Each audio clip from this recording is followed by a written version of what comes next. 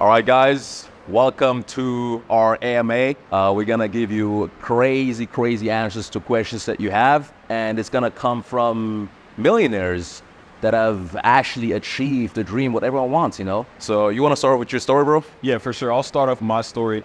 My name is Vincent Fischer. A lot of you guys probably know me from Instagram, TikTok. I was the skinny kid who had the gym transformation. So really a little bit about my story. 3 years ago, I started working out. Like I said, I was a twig. I was like 135 pounds at 6'4". So you can imagine how skinny that is. And I got in the gym with my brothers. For 1 year, I bulked up, started blowing up online, etc.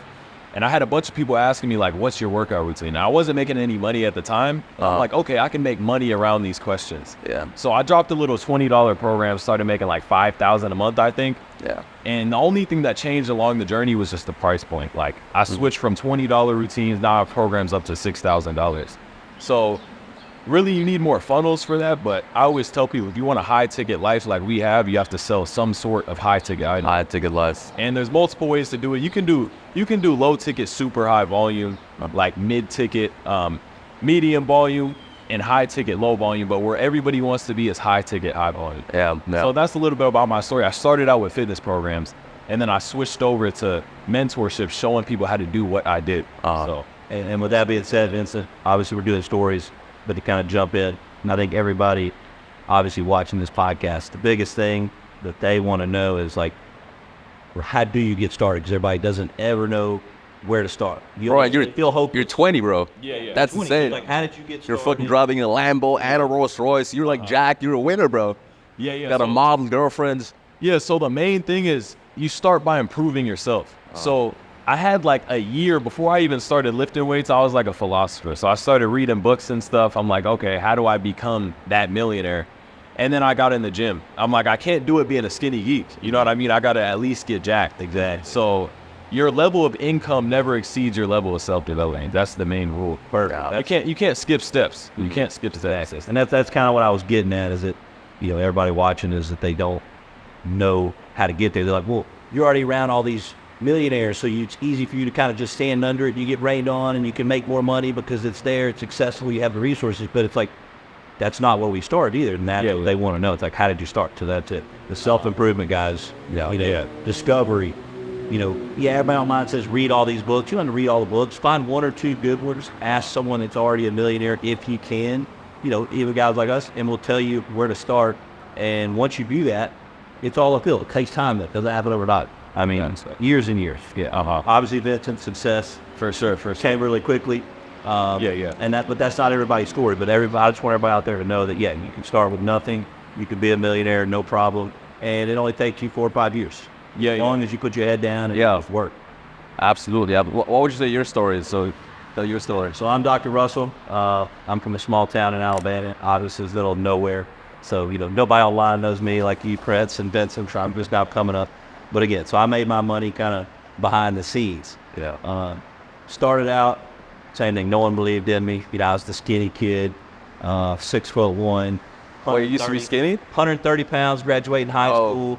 Got beat up every day, spit on. You name it, man, it happened to me. I was the, you know, what do you call it? The rich kid, because of my dad being an orthopedic surgeon, a doctor too. But I didn't really get any of those perks, you know, because I was the nerd guy, you know. So you wanted to get jacked. Exactly. So your biceps bigger than people's heads. So I just, getting picked on enough. I decided one day, I was like, enough's enough, man. You know, I ought to be successful. You know, I was like, I guess I'll follow in my father's footsteps, be a doctor. Obviously, do it because I'm type of doctor. But yeah, man, I just. So you basically got a degree and everything, and you're a full-blown doctor. Exactly. So I just started working out, got in the gym. That's where it started. Obviously, I was really young, 16, 17. Put about 10 years in at the gym. Obviously, a lot longer than Vincent to get there. I didn't blow up quick like he did, so it took me a lot longer. But yeah, I made it happen, man. And so it's, that's why I tell people I'm not a success story there. Doesn't matter who you are, you can make it happen. Small town, make millions of dollars. You just gotta know what you want, find your passion, go out. Yeah, absolutely. I mean, my name is Prince Fortunatus, and the way I got successful in many ways, I would say, because I don't think success is just money, you know. I started as an athlete, and I was 16, I was Austrian champion. I was winning races, 60 meters, 100 meters, 200 meters, I was Austrian champion. And then I'd already gotten a scholarship to come to the U.S. That's how I got to the U.S. And I was studying. So I was already successful when it came to athletics.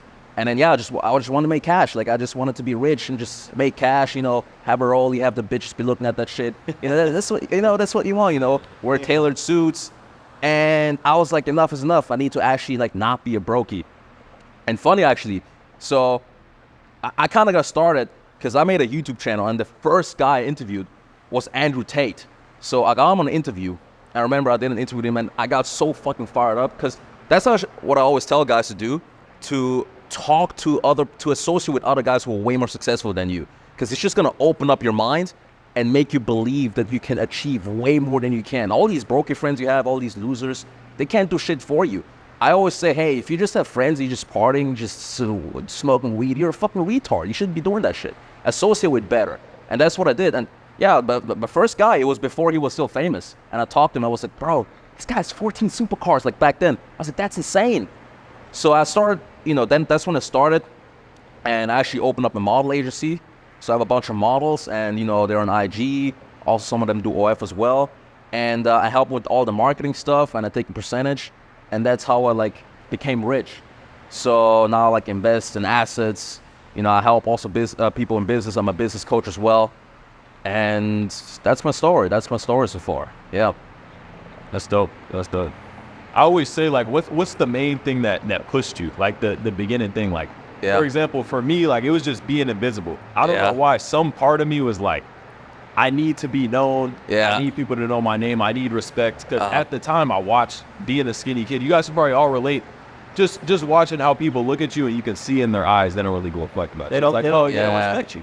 Yeah, they don't respect you at all. So that was the main drive for me. I had that fire of, I need to be seen. Like I said, it wasn't even about money being. It was more about, hey, I'm a skinny kid and get picked on. Everybody looks at me, they don't respect me. It's like, I'm going to earn some fucking respect. I'm going to have to. Exactly. I remember you were mentioning, do you think it has something to do with you being black?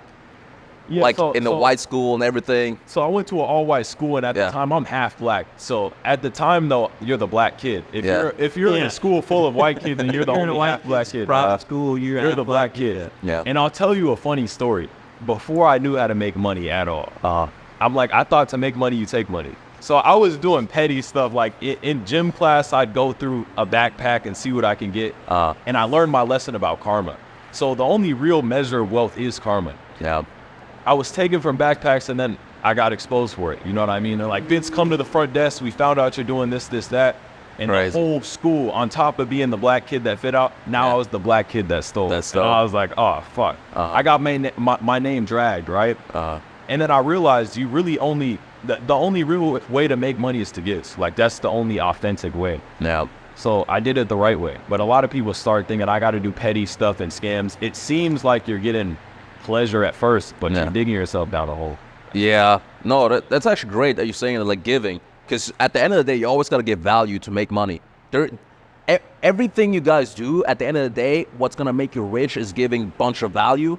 And then the people are going to want to give you money. They're like, hey, please, I want to give you money more and more. Information now. Exactly. Is currency. Exactly. If you have information, you have currency. It's not even products or services anymore as much as it is information. Yep. If you can educate and show people how to do things, like we're talking about, businesses, you're going to be richer than everybody out there. Exactly. It's 2023. Everything's AI now. It's all information. No, yeah. I mean, absolutely. And to your question, to what pushed me, bro, when I was 15, I was like a psychopath. Because I looked at everyone around me, and I was already at a point, I'm like, yo, there's more to life than just having some random job. So I would be in class, and I'd just say crazy stuff. I'd be like, yo, everyone who has a job is a brokey. And I'll tell that to teachers. And they'll get mad at me. They're like, yo, what the fuck's this kid talking about? And I would just have the whole class argue about why you shouldn't have a job. And then I was just like a pure psychopath. I would just literally think all of you, you're all losers. It's just, you're all destined to be a nothing. And that just pushed me even more because I had backlash. I would just have pure class discussions all the time. And that just made me think, I need to be better than this. I need to prove that it's actually possible. And it's the conformity thing. A lot of people, they conform. They just want to be like everyone else. But that's the thing. I never saw myself That's what it is. You just didn't fit in. Yeah, exactly. I mean, I was telling Vincent, I was at the club yesterday, which is a rare, because I don't really like clubs that much. But I was just like, let me check it out. And I was just there and I was just looking at everyone. I sound crazy, but I was just thinking, yo, I'm just better than all you guys. I don't know. It's just a weird feeling that I have. I don't know. Actually, Wes Watson says it too. In order to be very successful, you need to feel like you're better than everyone else. You need to have great impulse control.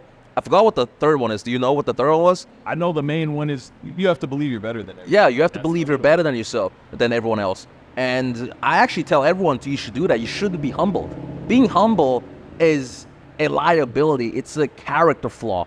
The only reason you're being humble is because you're listening to everyone else telling you you're humble. Taught that. Yeah, you've been taught that. Because there's a difference between that too and confidence. Yeah. I guess you're better than everyone. Obviously, it's not like, oh, I'm not looking down truly on these people like it's a bad person. It's just, hey, I'm more confident. I can accomplish more, and I'm going to accomplish more. Yeah. And that's where it comes from for me. That's where my source of passion and being driven and making the money that I've made. I didn't focus on the money. I focused, like you said, on giving and helping people. The money came with it, but same thing. I wouldn't have been successful unless I had that confidence and been where me and Vincent were when we were younger. We're the ones that got bullied. We're the ones that got beat up. And we're like, enough of this shit. Yeah, like, I'm tired of this. Yeah, I'm gonna rise above everybody.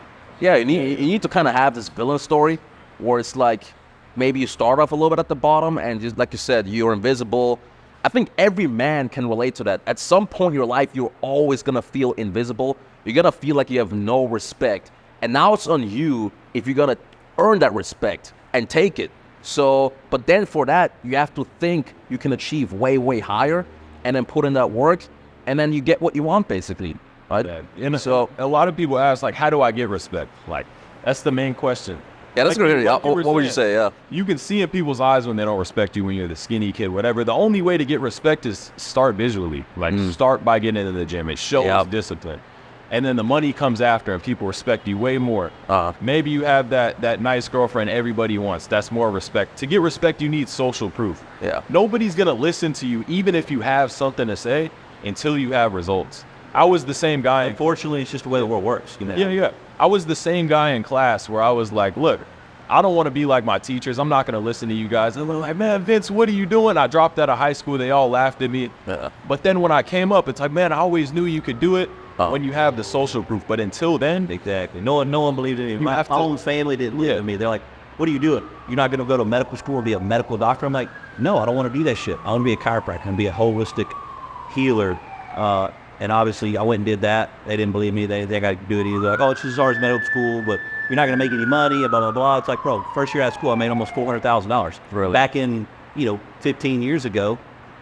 Living in Alabama, that was more than everybody was making. You know what I mean? It was like first year up, I'm like, hey, I'll buy whatever car I want. You know what I mean? Yeah. But again, I worked hard for it. No one believed in me. I believed in myself, and you have to do that.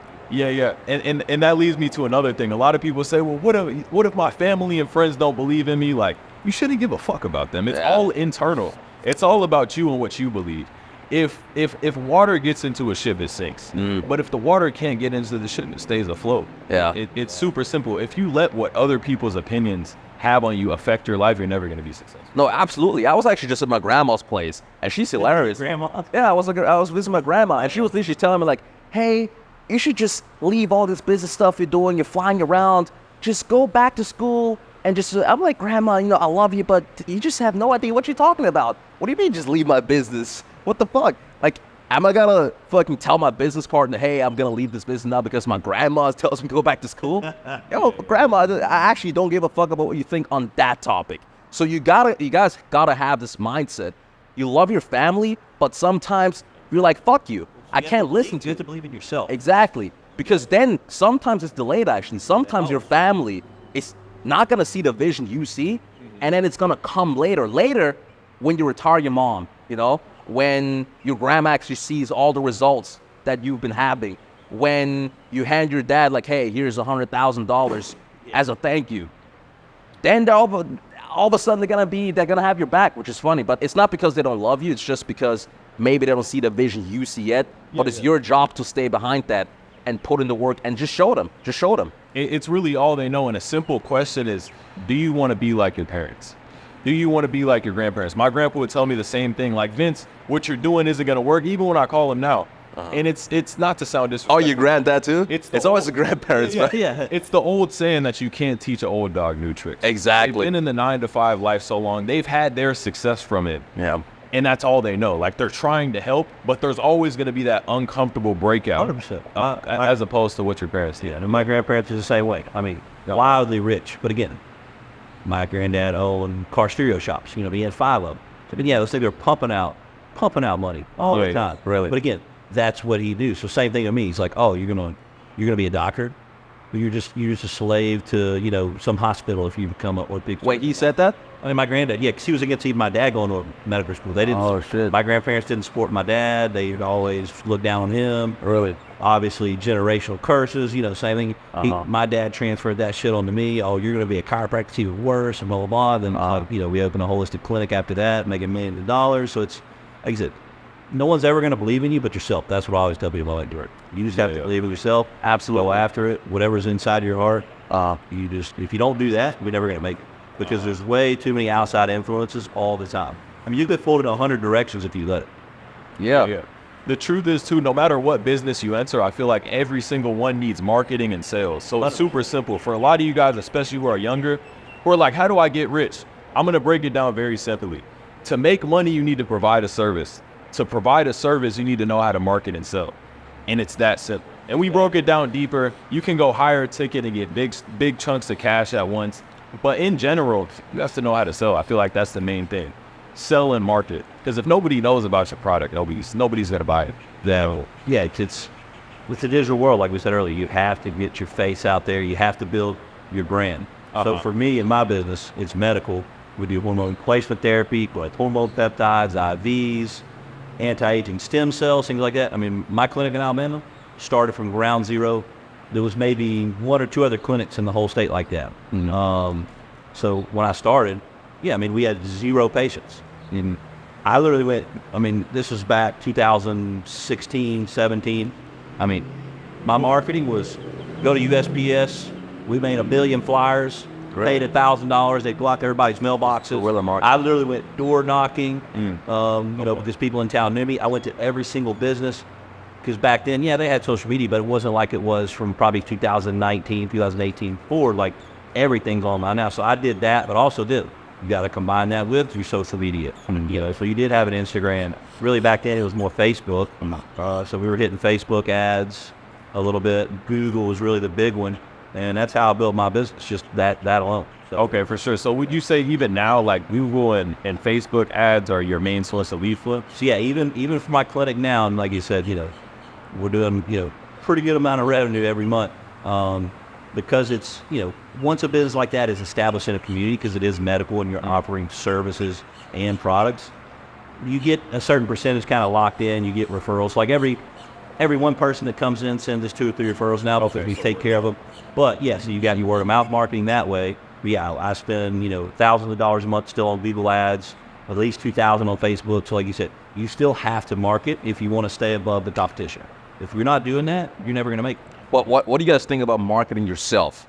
Yeah. So that's huge. So like branding. So we have like 2 different stories. Yours is like controlled. Right. For me, how I blew up was marketing myself, like just my transformation. Exactly. Literally pure personal branding, because it's not really a business. And I want to dive into ads later on, but marketing yourself is huge too. I feel like especially with AI coming out and taking over the world, the only thing that you can stand out with is your personal brand. Is you. Exactly. No. Because what can an AI do? Like, it can do everything a human can do times 10, but I don't feel like it can inspire as well, because we know it's a robot. It's not a person. Yeah. It's never going to have the personal connection. It's not going to instill that emotional feeling that you get, like, passion, drive, discipline, determination. Those things, you don't feel that from an AI. It's just a sales tool. Yeah. It's all a sales tool. So you can only do so much. Same thing.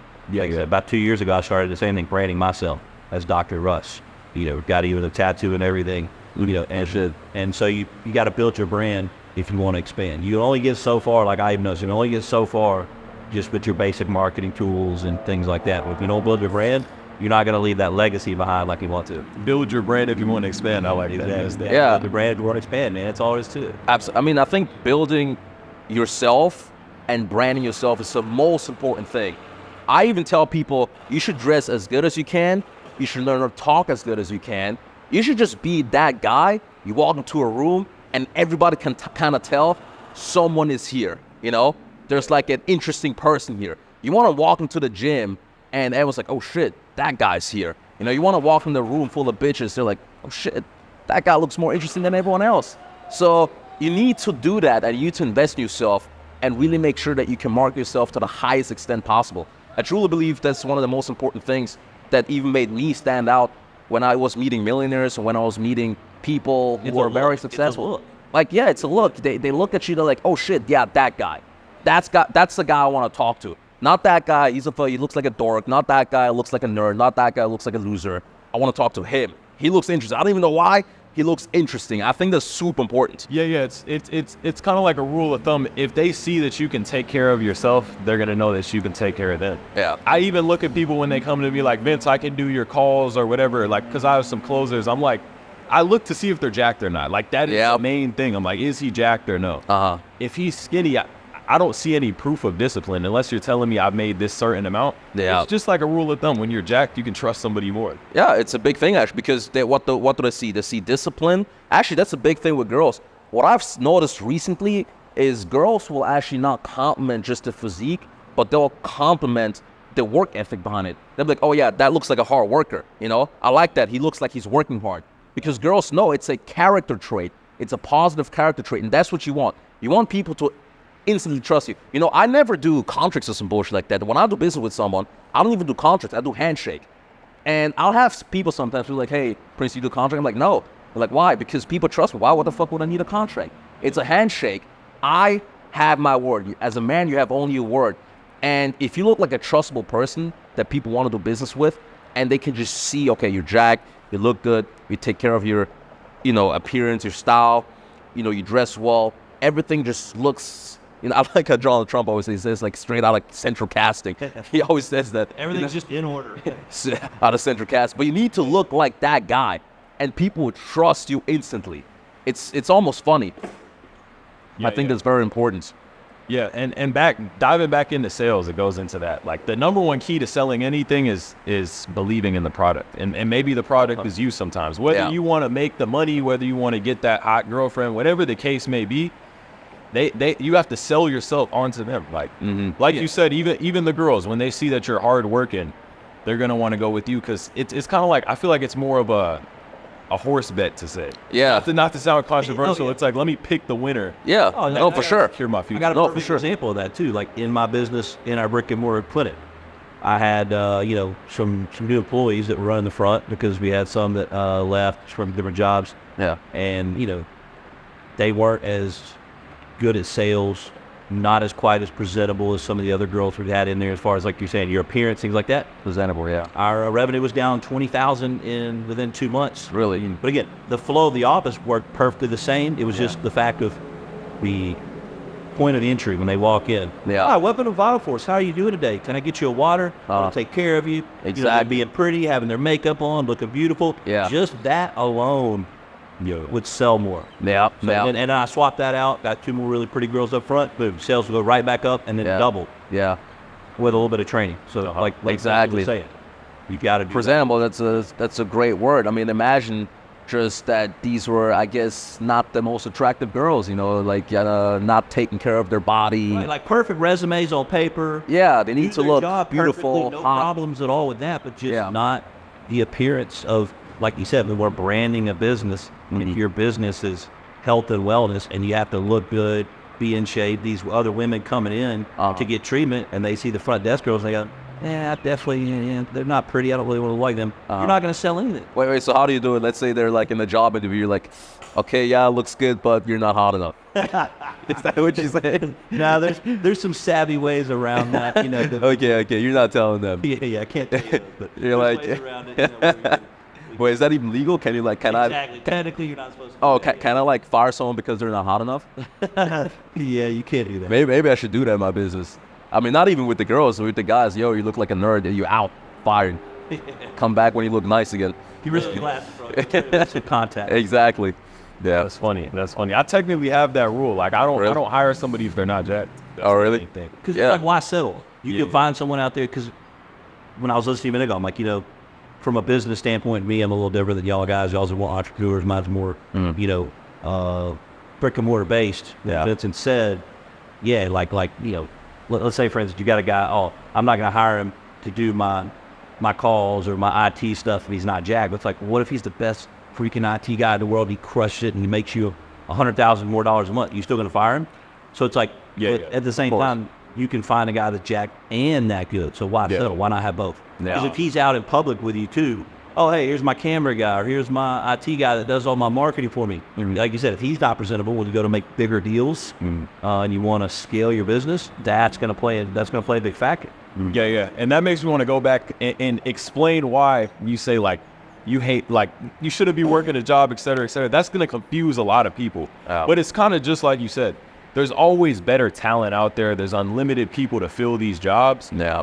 6 billion people on Earth. The more common something is, the less valuable it is. So if you can replace a job easily, the pay is not going to be that crazy. Yeah.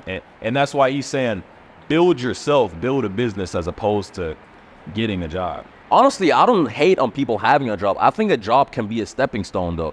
Because I have a lot of people. Everyone's got to start there. Yeah. In my opinion, most people all start there.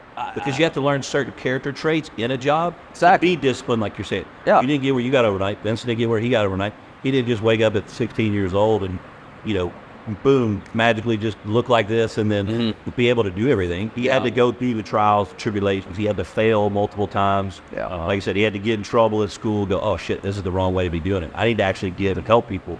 Then it's going to come back to me. Yeah, sometimes and you just need a job. Like, I'll have people sometimes, and even let's say they want to get my coaching. I'm like, how much money you making right now? They're like, nothing. What do you mean nothing? Like you have no job? You have no job? And I'm like, bro, like, how does that even work? You need some money somehow to even invest in yourself. We're in the world of like at least 2 to 3 sources of income, even if you're just a regular, family household, mom and dad with a kid, like driving a basic regular Toyota Corolla if you want. You still need your day job, 9 to 5, and then you got to find you a side hustle, and that's how you get started. Exactly. You can grow up from there. Because I want to break down that quote that I told you in the car earlier. It's billionaires lose millions to become billionaires. Yeah. Millionaires lose thousands to become millionaires. But you want to lose nothing and get rich. Bro, it doesn't make any sense. You have to make sacrifice. You absolutely have to make sacrifices. And if you're a total zero, get a job. Just have something to invest in yourself. I always tell people, you must be a retard if you haven't figured out in 2024 how to get at least $2,000 saved up. Like, literally, you could even probably get your mom to give you $2,000 if that's what it takes to invest in yourself. But if you even haven't figured out how to get $3,000 and you're not even willing to risk that, then you're a fucking retard. You're going to stay broke for the rest of your life. Get these kids out here in Brickell selling candy bars all day for $5, man. These guys are hustling. Resell shoes. That's just what I do. Just resell shoes. Just get some cash in real quick. Blow it on fucking clothing. And if you work your 9 to 5, Monday through Friday, Saturday, Sunday, go out and hustle. Candy bars, shoes. Get them off Temu and resell them for $20 more. You can do anything nowadays to make money, to save, to invest that into what your passion actually is. Or into yourself. And that's huge. You said a lot of people do learn from like a job. Me, I learned the reselling shoes route. You did that too? I learned a lot about business just reselling shoes.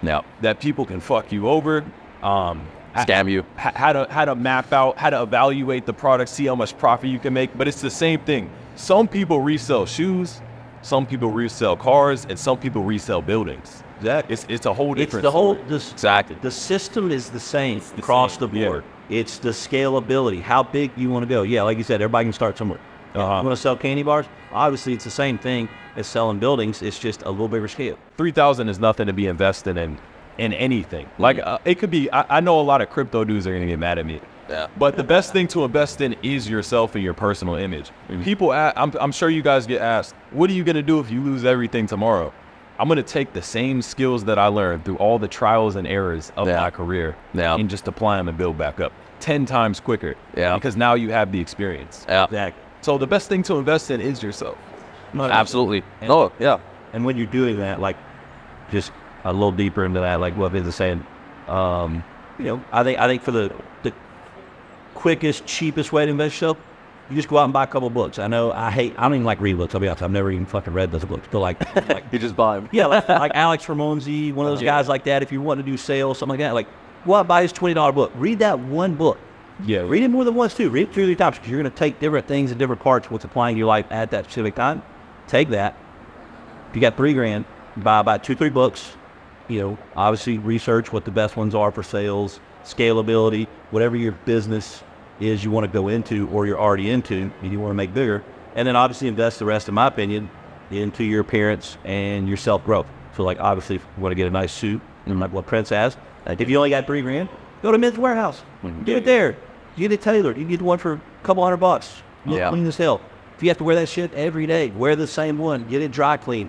But like you said, when you're presentable, you're going to go out, and that's going to allow you the ability to make deals, even if they're smaller as a person. And that's all it takes. And then the self-development. And the truth is, a book is like a mentorship. It is a mentorship. So I've had mentors who have written books, and I've read the books or watched their training videos, etc. They're very similar. I got more out of the books and the videos than actually spending time with them. Really? Because they sat down for months and wrote down every single thing they know. If you don't have access to mentors right now, well, there's no rich people in my town. All my friends are broke. Exactly. Like he said, the books. But make sure those people have the social proof. Like you said, Alex Hormozi, he made $100 million in what, 6 years? Exactly. Alex Hormozi to me is one of the top guys out there. You need guys with results. I think that's a big thing. Real results. Yeah, real trackable results with social proof and receipts. None of these fake scammers that pretend. And his books actually have protocols and things in them you can follow, templates that actually will work for you. Yeah. I mean, hell, you can just go on his Instagram and his YouTube and watch that. We're going to get so much information. It's overloaded. I mean, Absolutely. You're going to be able to do whatever you want. If you can't scale a business off of stuff he's even telling you, then you got to go back to drawing board and figure something else out. Honestly, I mean, I think there's 2 main ways to invest in yourself that work for me. So the first one, like you said, was invest in your image. That's like a big thing because people need to actually take you serious. Literally, when I was young, I would just get my $500 from reselling shoes and just blow it on stylish clothing. Because even back then, I just kind of knew the better I looked, the more presentable I am, the more it's going to lead to success because people can then trust more. Like you said, selling. If you want to sell, you need to be a person that people want to buy from. And then the second thing, I believe truly what changed my life is getting into mentorships. If you get into mentorships with people who have a proven track record of success, receipts, social proof, if you just apply what they teach you, there is no way on this planet you're not going to blow up. That's literally like going up to a bodybuilder or going up to a strength guy in the gym that's like super jacked. They're like, hey, bro, can you literally, the next 2 months, give me a training plan, tell me what to eat, tell me how to train, tell me when to sleep, tell me just how to write down my training plan, how to write down my goals. There is no way on earth you wouldn't gain more muscle. If you didn't get results, you didn't follow his program. Yeah, exactly. It's impossible. But that's a good point, too. And that it's replication. That's the problem that I see with a lot of people, even myself every now and then. I'll be honest. If I want to open a new business, jump into some new venture, I mean, everyone has fear. Everyone gets a little hesitant. But you just have to, like you said, have that self-confidence and know that if it's the right decision, you just got to dive in first. You got to take the risk and do it. Because most people they have a million. I mean, there's millions of people out there that probably have some of the most badass ideas ever, and they never take action on them. And they could be, huge. I'm talking like world changing. These guys with pure cancer, whatever it might be. Like you said, be some billionaire and have yachts and helicopters and everything. But they didn't take that first step. They taken that one first step. Yeah. After that, it's like a downhill flow. I mean, once you get going, if you know what you're doing, it's hard to stop. So you're saying like take that risk? Yeah, if you'll take that risk and just take that first leap, like you said, you only got $3,000. And he said, save as much as you can and spend that shit. Know what you're going to do is going to pay off, and then just hit the ground running, and it's going to happen. The funny thing is, like you said, the brokies, they don't want to spend money because they believe the money that they have is so sacred, it's so valuable. But truly, actually, it's nothing. $3,000 is literally nothing. If you have $3,000, you're way close to zero than you would with any other amount. Even $10,000, that's still too close to zero. You might as well just spend it, risk it, spend it on mentorship, spend it on having a better image. And even if you lose all the money, still the lessons you learned is gonna pay off way more massive. You guys gotta stop valuing money so much. You just gotta fucking give it away. Mentorships, people you trust, people you think that have results. Just try even courses. That's literally what I did. I spent thousands and thousands. Hey, bro, So you were just throwing darts at the dartboard, right? Yeah. You see, hopefully something sticks, right? no, literally, like I would. That's what you have. But with people who have results, and then it's stuck. You know, when people actually have results, then it sticks, and you just replicate it. There's no way on earth you cannot be successful. Call that proof of concept in business. I mean, Yeah. like I said, you might try 10 times and fail 9, and that 10th one, you hit the nail on the head. You get that Yep. proof of concept. Then it's like, boom. Okay, now I have the golden nugget. Yeah. Now let's just replicate the shit out of this, Exactly. and we're good to go. But again, like I said, how long did it take you to fail 9 times to get to the 5th? Most people, let's say they do take that leap of faith like they are, and they do take the risk. Yeah. Well, they fail the first or second time, and they go ahead and quit after that. They go, oh, this shit ain't working out. Yeah. Oh, I spent my money. I don't have any work. No. Why would you do that? You got to just keep, if you believe in yourself, self-development, everything else, Yep. keep plugging away until that last ball sticks. Like you said, all of us failed 10 times more than we actually succeeded, but you only have to be right once. Yeah, exactly. Your wins are way bigger than, let's say you had 9 losses and 1 win. Yep. Guarantee you that 10th win is going to way overcome those 9 losses all day long. Yeah, I mean, I know it did for me. I mean, just going back to that, my coach will tell, I became a chiropractor, like I said, made some good money doing that. Wanted to get out of that because it's obviously with manual labor, adjusting people all day is tiring. You kind of cap yourself on how much money you can make unless you just start bringing in more and more doctors underneath you, which, again, that's a lot of management that you don't necessarily want in a business. And you want it to be more passive, like us entrepreneurs want, So, again, I took that leap of faith, already successful, making hundreds of thousands of dollars, and said, you know what, I want to go bigger. But again, I had to take that risk. And so I had to, on my own, obviously, take out almost 300K, really open up my business inside the clinic we already had, another 3,000 square feet. And I built out an entire hormone clinic, again, dropped 300K of my own money pretty much, and then used, my rent money from the other place to kind of prop it up until it got successful. And obviously after 6 months it was green. But like you said, I had to take that risk. What if that didn't work out? I just lost 300K and put all this money in a whole brand new business, built it out, new equipment, paint, you name it, just a full build out. And that didn't go right. I mean, like you said, it's a huge fail for most people. So what would you say, like, gave you the courage to keep on pushing even if you failed? Because you said you've had times also before that you failed. Like, what gave you the courage to still keep pushing and to take that other risk again, knowing fully that you could fail again? I think for me it was just my personal development and kind of me and Vincent's story of just, like you said, always being bullied, but never wanted to give up. And I come from a military family, military background, and we don't take no's an answer. We never lose. Yeah. To me, I don't take losses. I learn lessons. So That's a good point. If I lose, it's just a lesson. No, that's a good point. And so I just always driven, because I think of it as, if I lose everything, I can get it all back. Absolutely. Let's say worst case That's the scenario. mindset you gotta have. Yeah, let's say worst case scenario. What's going to happen? Are you dead? No, it's business. You go completely bankrupt. You have $0 to your name. Well, weren't you at $0 at one point? Now, but you have all this extra knowledge. And like you said, let's say you failed 9 times. Yeah. Well, here's that 10th time. Start all over. Do that shit again and keep going. Why quit? No one should quit. That's a super good point, because you can always get the money back, right? And like you said, you were always broke you were already broke anyway. Yeah. So, you didn't die or something. And going further back than you were from the get-go. So you look back, where did I start? Okay, well, if this fails, I'm just going back to the starting line again. It's like a video game. You just start over, do it again. Exactly. Respawning. Respawning. When I drive my Lamborghini, he's like, bro, he drives like he's respawns every time. I'm like, that bitch. That every time. Yeah, what made you, like, just keep on pushing? But yeah, no, that's the thing too. A lot of people will say, like, man, that's a big risk for me to invest in myself, etc. Yeah. It's less of a risk when you have nothing to lose. Exactly. When you get to the point where you have millions, you have a lot more to lose than if you had nothing. It's way riskier to... This should be the time to take all the risk in the world, especially if you're young. But the biggest risk is taking no risk. Yeah. Like you said, for you always had it inside you. You needed to be successful. I think the number one thing is belief. Yeah. Belief. You have to have that inside you. If you don't, and you don't take the action, it's never going to happen. Yeah. Just think about somebody building a house, right? You build the blueprint before you start putting bricks down. If somebody was just putting bricks down and you come up and say, what are you building? And they're like, I don't know. Be like, what the fuck is this guy doing? You gotta build the blueprint first and then start working towards that goal. That's key. Oh yeah, absolutely. No, that's you guys are making very, very great points, because you just can't be afraid in life. I think bravery is one of the biggest predictors of success.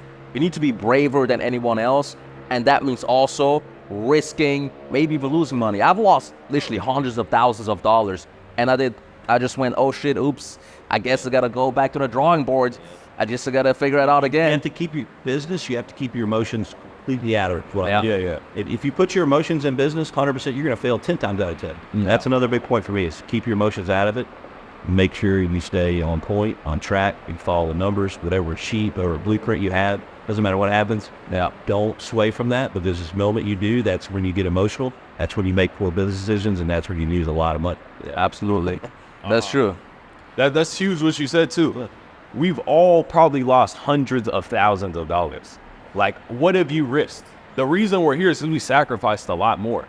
It's dumb, whether it's dumb shit too. I even put a bunch of money into like stocks and stuff for a year. Oh, we've all done that. I put it in crypto. Bro, I once lost like 80 grand in one day in crypto when I woke up. I took a nap. I was like, yeah, fuck this shit. Let me take a nap. Woke up, 80 grand down. I was like, fuck. I guess shit happens. Went to breakfast. Ate some breakfast, Let it sit, come back up. Yeah, coming back, I was like, I'm still fucked. What are your guys' opinions on like people playing video games? I think you should be playing live. And everyone who's like seriously playing video games, in my books, is a retard. Because you could just literally take that same concept and apply to real life. Like you said, the respawning. You should be playing life. You should view life as a video game. If you're truly in 2024 still glued on the screen, playing video games, I can almost assure you not a single bitch is gonna get wet off that. You should take that, fucking put it into real life, and make something out of yourself. Yeah, that's huge too. And I always make fun of video games too, but a funny story is the first thing that taught me self-belief was video games. Really? I was a skinny nerd playing Fortnite, and I got on the game every single day, practiced every day, high ground retakes and stuff. People that know Fortnite know that.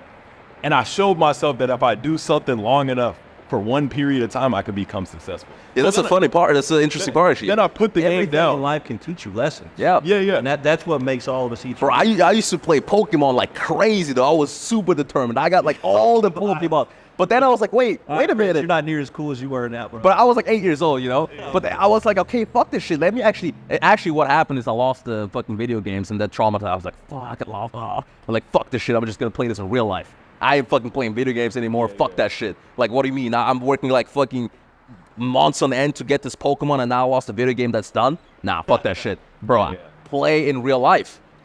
Yeah, so you just take that same discipline from the game. I took that same discipline from Fortnite, for example, and I put it into the gym for a year and blew up, like with the same drive and determination. I'm going to fail. I'm going to have bad days. I'm going to keep showing up. Exactly. And then I'm going to see results. It's that simple. You could find a lesson out of anything. Yeah. So for the people in school, you study and then you have the test. But in life, you have the test and then you study.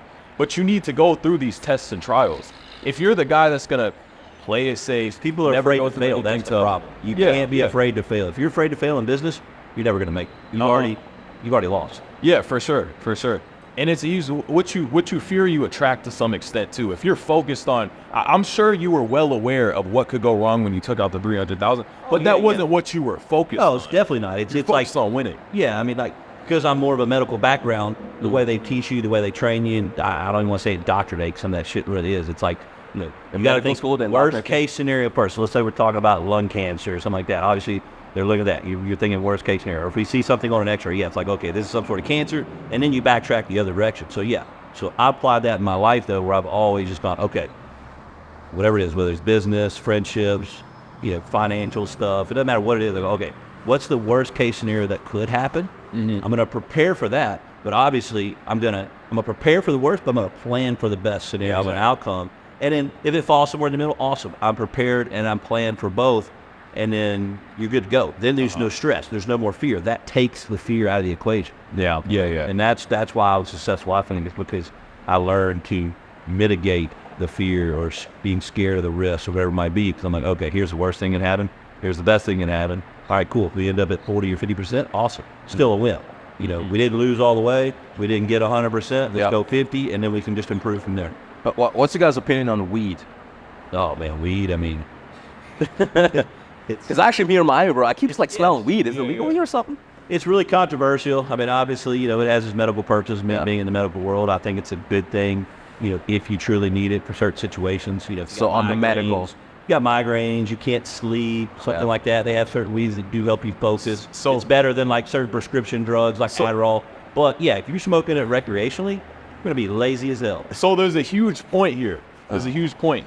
Weed makes you comfortable in an uncomfortable situation. A lot of you guys are supposed to feel that discomfort of being broke, of not getting the respect you want, of not being jacked, and then you smoke weed and you're comfortable again. Yeah. I don't feel like normal people should be smoking weed. I smoked weed in school to pass time, to feel comfortable in an uncomfortable situation. I feel like that's all it really does. Yeah. No, that's a great point actually. Yeah, because kind of you're in a shit situation. People always go, "Oh, I'm so stressed." The reason you're stressed is because your brain is trying to tell you something. Your brain is telling you you should not be at the place you're at right now. Alarm going off. Yeah, you should be improving everything, even sadness after heartbreak. That signal from your brain telling you, "Yo, bro, you weren't the guy that she wanted. If you were at a way higher level, there's no way she could have replaced you. We need to work harder now." But you didn't take the blunt, smoke it, get high, and now you're like a fucking loser. You just turn it off. You turn off this masculine drive in you that makes you succeed, and you should never ever turn it off. That's a big no-no. So you should always take these things that make you uncomfortable. You should just stay in it, marinate, and then just use that as a drive to become even better. Never kill it. You should never ever kill that uncomfortable feeling you have inside of you. That applies to everything in life. I mean, everything in this world now, especially the U.S., is targeted to demasculinate men. Yeah. You know what I mean? It's to make us complacent, Soft. make us comfortable, make us soft. Yeah. It's like I was never that way. I grew up in that military family, man. Everything like me, hard as fuck. Yeah. I mean, my dad didn't let shit go by. I mean, he'd come up in the morning, obviously, let's say 8 years old, like you, watching Barney and that kind of shit. Man, I didn't do that shit. Oh, really? You know, it was fucking 6 a.m. He's in my room, flipping my bed over, dragging me out of bed, taking me outside to do push-ups and shit. Really? In the yard at 6 in the morning before I go to school. Yeah, I got to live with Like my that's how I grew up. I got my ass beat every day. I mean, I'm talking. You do something wrong, you get the leather belt with metal buckles on it, and I got my mom used to do that. You know, you name it, it happened, bro. Yeah. I mean, so but Tough upbringing. That's child abuse. I'm like, it's really not, honestly. If it's done properly, it's just like the military. Yeah, I mean, it was training for me. It was discipline. It told me correction. It told me to do the right thing, do it when I was supposed to, and that's why I'm successful. Because it's like I don't take no for an answer. Fantastic. Because of that discipline I got. Obviously, it was harsh, it's rough, but at the end of the day, it made me strong as shit. Mental fortitude, physical fortitude. You know, I know there's no one out there. I'm unparalleled. Guarantee you, I'm actually. Interesting. I would say your upbringing kind of shaped my upbringing you. was completely different. I didn't have a masculine role model in the house after 9 years old. My dad passed when I was 9 years old, and I was raised by my mother. I was supposed to become a geek, a nerd, and all the above, right? Yeah. But I realized, like, I just found out through the experiences of life, you have to be a man. Like being feminine isn't an option for a dude. So I just went out there and went through the trials, and I'm like, it's a better way of living to wake up, to be disciplined, to get on top of your shit. But for me, also losing my father at a young age, that's what eliminated the fear. Because at that time, when you're 9 years old and you lose your father, that's the most like important time to where like, damn, that's my hero. Yeah, for sure. Little thing too. You said, Yeah, you get through anything. Even like, now, I overcame that. I'm good. I'm not super sad anymore. Yeah. Okay. Like, all right. I think I can. I think I can take on anything that life throws at me. My dad just died. I'm good. Yeah. I respect it a lot. Bad, but it's like you overcame it. Yeah, even now, it's like you lose 100 grand. It's like, oh shit, it's not as bad as my fucking dad. It's really true that it's green paper. You can replace it. That plays a role. Yeah. So would you say that trauma hardened you? Because with a lot of people, when they have traumatic experiences like that, it kind of destroys them internally and they never recover. So you would say you were able to like harden and get better after it. I wouldn't even say harden, but I'd say like numb to some degree. Like numb to some degree. I had a guy tell me when there was pain there, he was like, Vincent, one day the pain will all pass and it'll just be memories. At the time I was devastated, right? Mm-hmm. And I took that quote and I remembered it, and now it's just memories, you know, but I lost that piece of myself, I guess. Time heals all wounds. It is great for business though. It's great for business. Okay. All right, guys, let's do the questions. For sure. I'm gonna pull up some questions from this Instagram question thing I made. Okay. We should all drop our Instagrams too. So. Oh yeah, for sure. Mine's Vincent Fischer _Prince. Yeah, mine's is Fortunatus _Prince. Dr. Russ at dr.rruss. Oh, that's stupid. All right, cool. So I'm just gonna scroll through the questions. I'm gonna read the best one. That's a lot of questions. So how do you not go broke after becoming rich? Well, by just not being a retard. Look, how do you go broke? By just spending all your money. It's a really straightforward question. Just don't spend all your money. Most of the guys actually I know, once they make a lot of money, they'll just literally pack their bags, just travel everywhere, go to clubs. I have friends that should drop like 10 grand in the club, and then they come up to him like, yo, bro, are you fucking stupid or something? Why did you drop that much money inside the club? There's no equity in that. Yeah, exactly.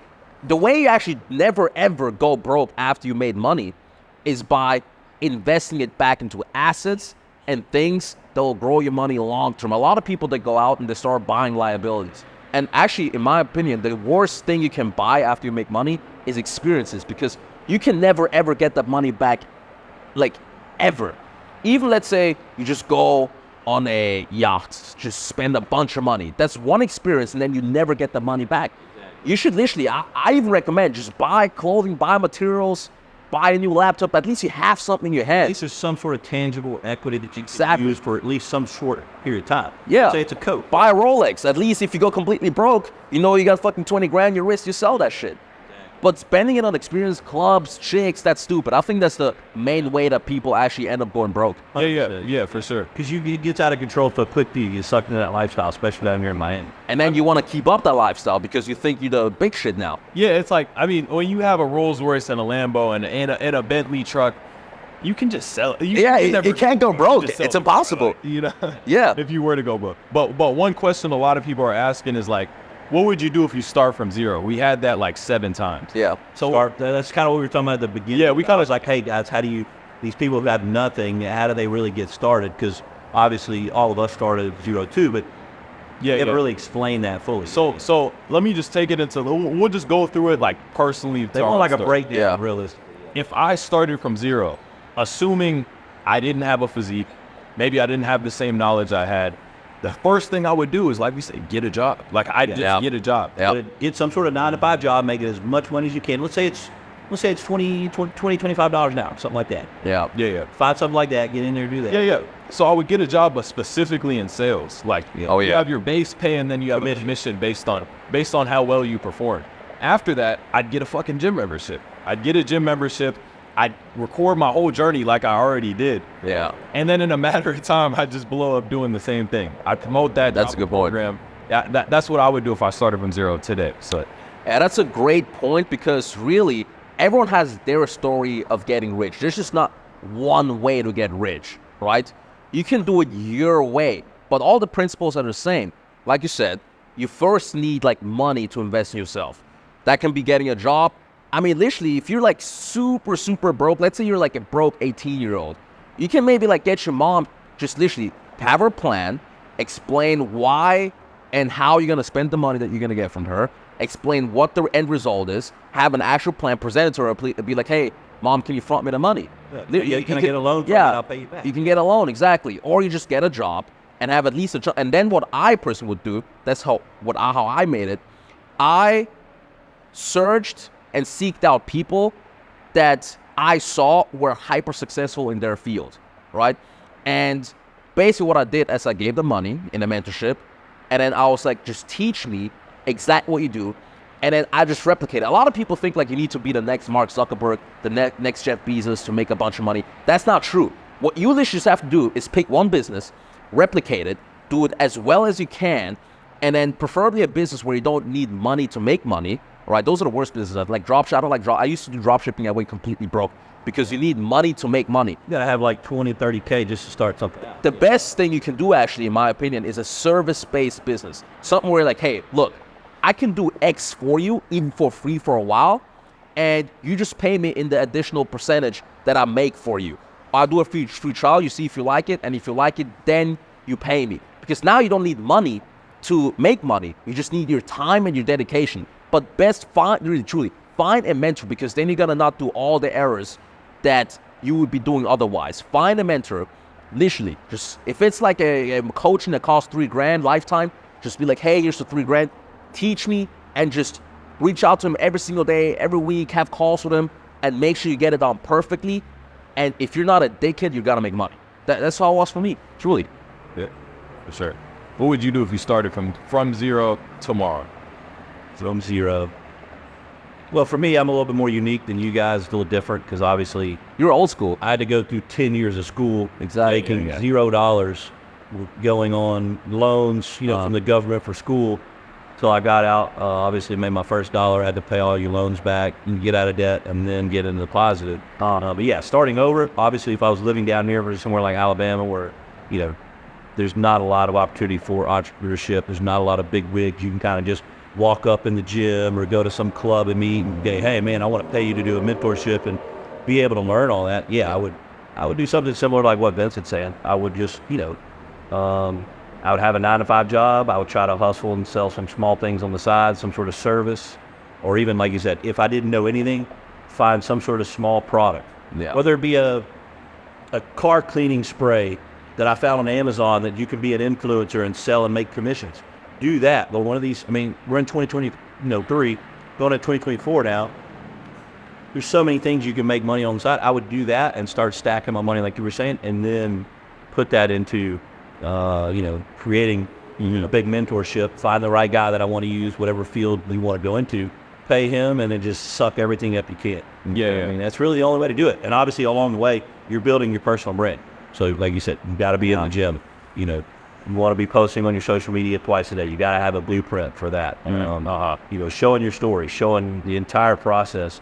So that way, when you get to the point where you are influential enough and people respect you, that anything you tell them to do, they're going to follow it because they trust you. Like you said earlier, it's all about the trust. Absolutely. Yeah. That's huge. And notice how we all started. We didn't skip the first step. Yeah. You have to get a job. A lot of people are like, how do I make passive income, this, that.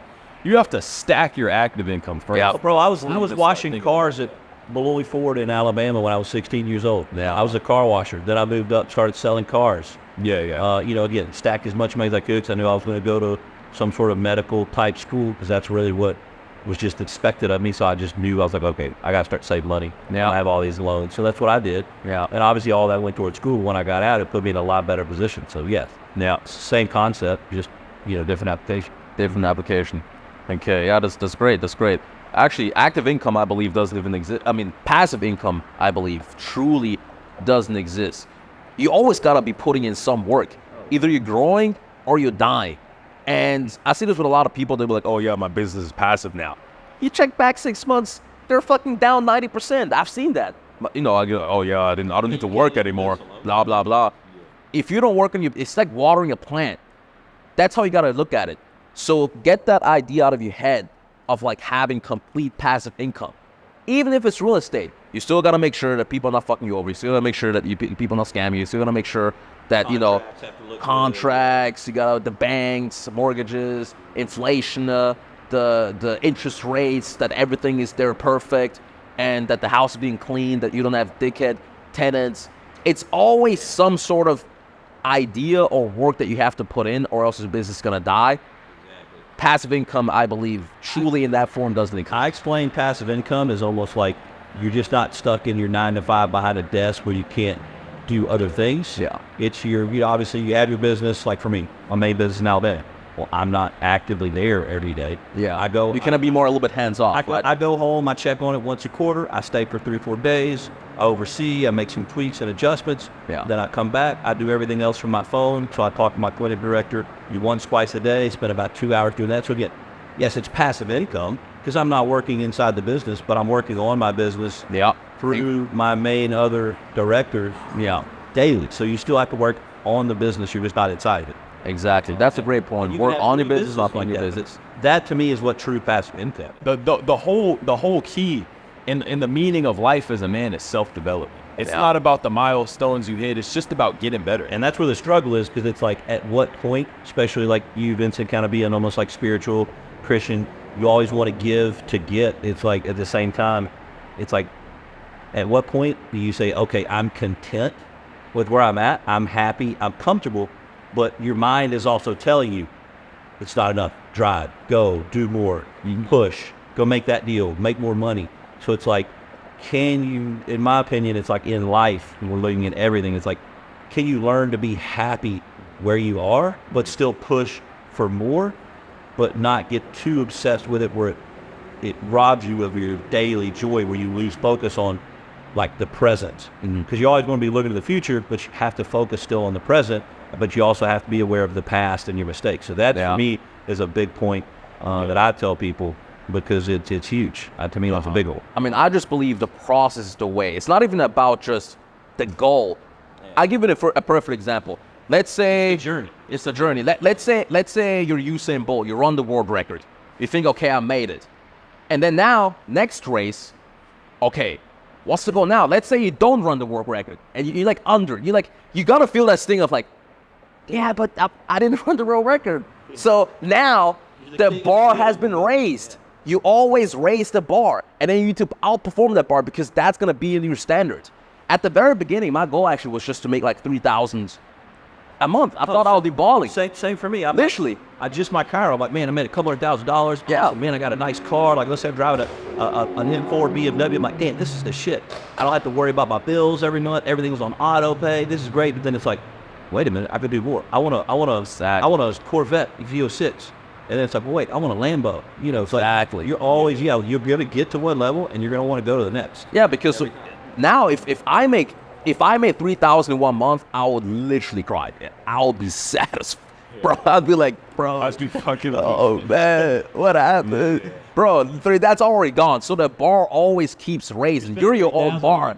Literally, you like every bar you put, that's the new level. If you underachieve that, you're not winning anymore. And that's how life works. Yeah. And the process, the journey is, you guys should be content being at war. It's not truly about like winning the battle.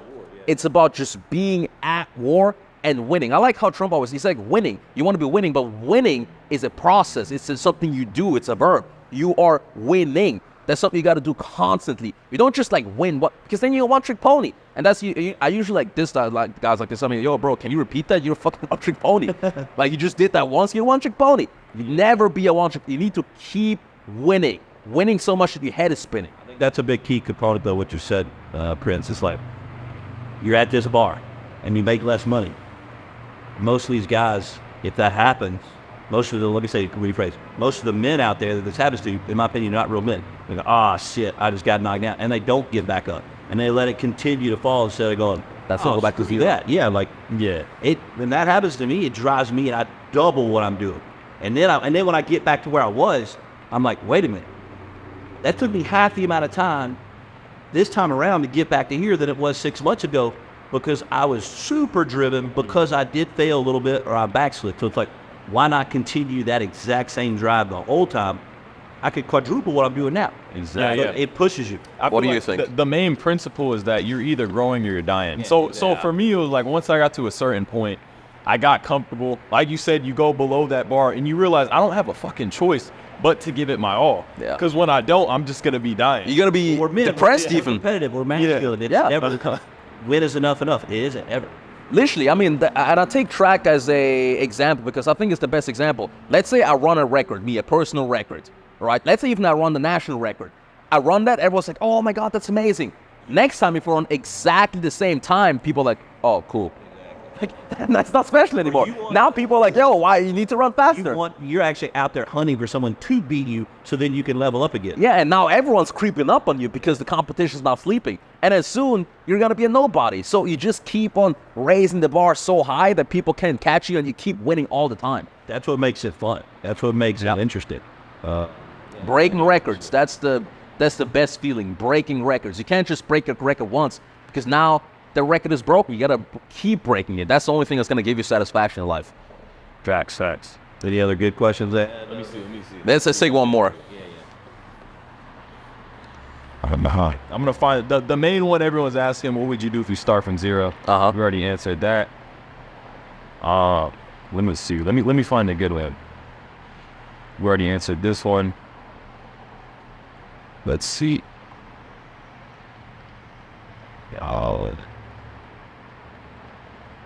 So I feel like this is one we could answer. Is college a waste of time? So we'll have different answers here. Yeah, always gonna have a different. Actually, I'm interested in your opinion. What do you think? So in my personal opinion, it didn't make sense for me. I actually dropped out of high school, right? That's crazy, And I dropped out when I had nothing going on. Like, I wasn't even blowing up on social There's media. no reason to drop out. You was like, screw this. I just knew I didn't want to do that. I didn't want to work 9 to 5, anything like that. But the main thing I feel like that's different now is that the price of colleges has went up exponentially. Oh, it's crazy. So when your parents got a college degree versus you getting one now, it's completely different. It made sense back then. Yeah. Like when my grandparents or your grandparents went to school and they're trying to tell you to go back to school, it's because that was their mindset and it made sense back then. Yeah. Because they actually got legitimate degrees that at the time I don't know the workspace and the workforce had jobs ready for them to go to make a lot of money, you know, to live in a big house and to drive a nice car. But you can't do that nowadays. Yeah. Unless you're a doctor, an attorney, some sort of NASA engineer. In my opinion, college and going to school was a waste of time. But you went through a whole system, right? You became a full-blown doctor. Exactly. So again, if With it's loans and something everything. specific, yes. Like a lot of these kids start out, oh, it's just, you got to go to college. And they're like, oh, okay, I'll do bachelor's. I'll become I'll get my business degree. It's like they have no idea really what the bigger picture is. So in that aspect, it's like, no, don't go to school. Don't take out the loans. That's a waste of time. Unless you're dead set, know exactly where you want to go, which most people at that age have no idea, even who they are as a person, to be able to choose that. It's a waste of time. But if you're going to go and you're going to be a doctor or you're going to be an attorney or you want to be some engineer, then I think it's worth it because you're going to get those skills that you can't get anywhere else to have that resume to get that job. But those are very specific skills. Yeah. So this main quote I always repost is that formal education will secure you a living. Self-education can make you a fortune. Exactly. And that's what it was for me. I didn't want to go sign up to student loan debt and go through that same route. I was already not liking high school, so I'm like, I'm definitely not going to like college. But the thing about colleges is, look at the business model. Like, they have a vacuum now where they're teamed with the banks, and they can push the prices to whatever. It's unlimited. Why are there trillions of dollars in student loan debt? Like, we have to ask ourselves that question.